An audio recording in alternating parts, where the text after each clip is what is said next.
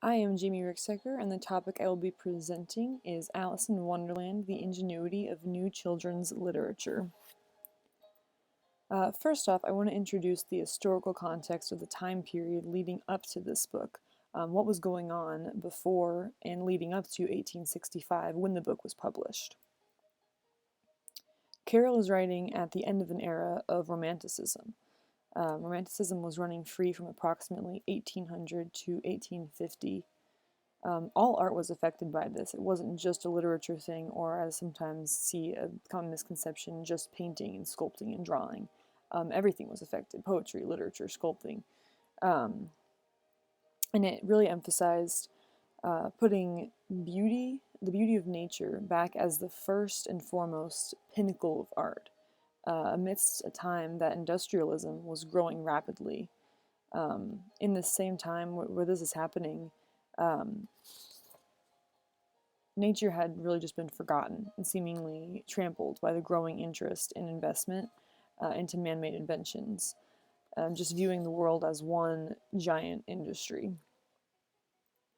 And Romanticism counteracted that. Romanticism had a worldwide influence, mainly around Europe, and it all started and it all stemmed from Europe.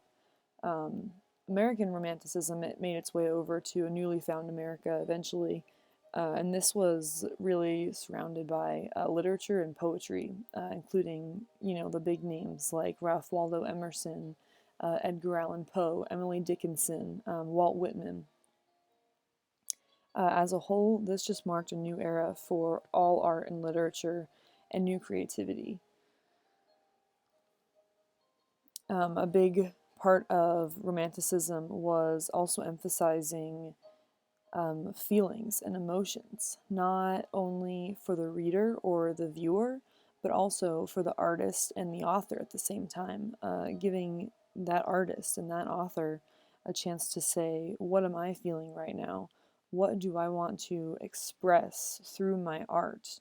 And how can I express the way that I'm feeling in a way that it will be understood by readers or viewers?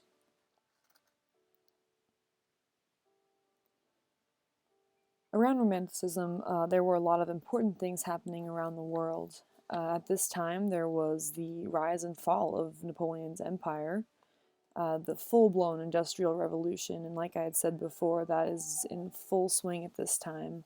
It's taken over a lot of old ways, and there's a big push for new technology, how to get things done faster, cheaper, easier. Also, both the French and American Revolution are going on at this time.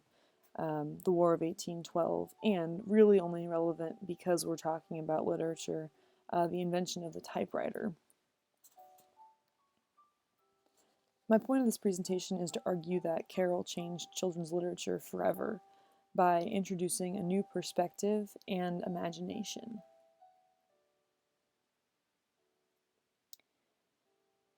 Children's literature didn't really have its own genre before this time.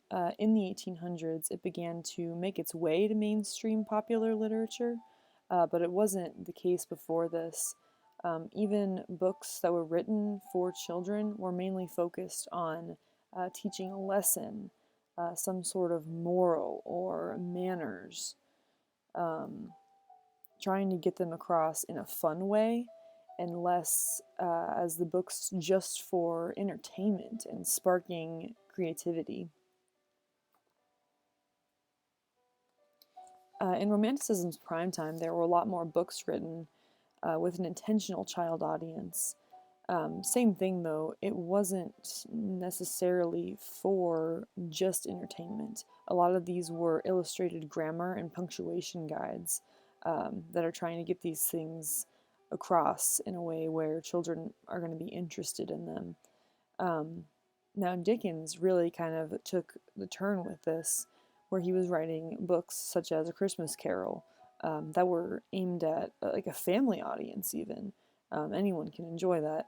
And this was kind of the first of that time. This wasn't a um, complicated and difficult to understand book, but it still really more on the edge of an adult book. Um, Also, at the same time, translated works from other countries that were children's stories were brought to Great Britain, such as Grimm's fairy tales and Andersen, his stories for children.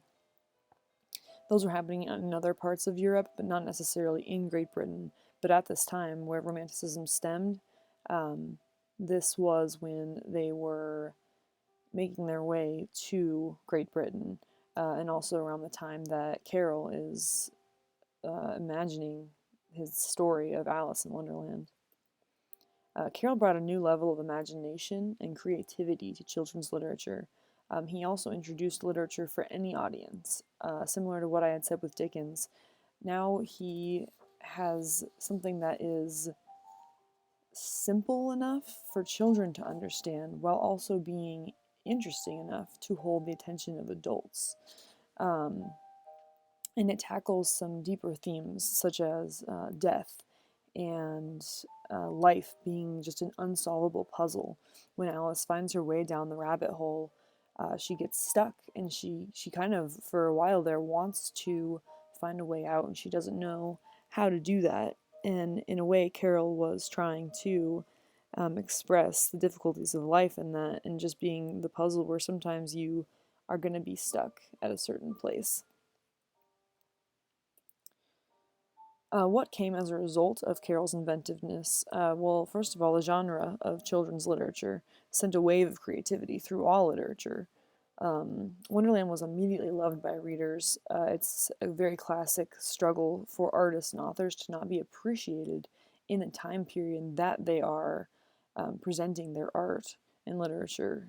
However, for Carroll, this was not the case. The original Alice in Wonderland, or Alice's Adventures in Wonderland, was such a hit that only a few years later Carroll wrote and published Through the Looking Glass. This, along with other works from the time, sparked a new genre of literature, which was intended for the entertainment and creative inspiration of children. Real life Alice once asked Carroll to write down the whimsical adventures in Wonderland on paper so she could have them all together in one place. And this was how all of this came to be. And so I think that even speaks more to the um, the whimsical part of it. Is Carroll didn't sit down to write this to think, what kind of lesson can I teach? He was doing this with good intention, um, and to introduce inspiration to children.